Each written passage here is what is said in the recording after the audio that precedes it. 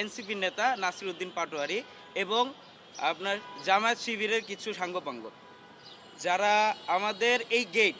আমাদের গেটটা শুধু হচ্ছে আমাদের স্টুডেন্টদের জন্য খোলা ছিল।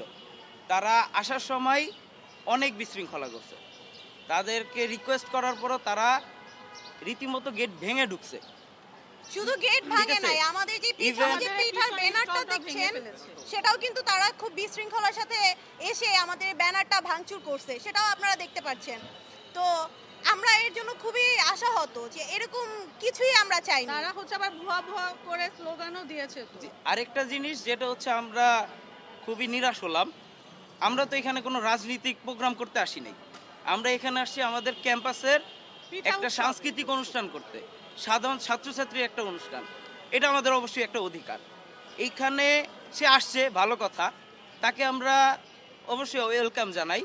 সে আসার পরে সে যা করছে আমরা কিন্তু ভুলে আমাদের অনুষ্ঠানটা আমরা আবার অগ্রসর করেছি।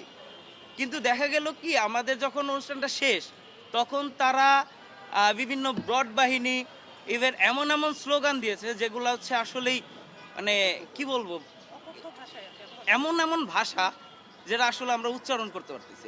একটা জিনিস দেখেন, আমাদের তো ক্যাম্পাসে পিঠা উৎসব ছিল, এইখানে কোন স্টলে তো আমরা ডিম বিক্রি করতে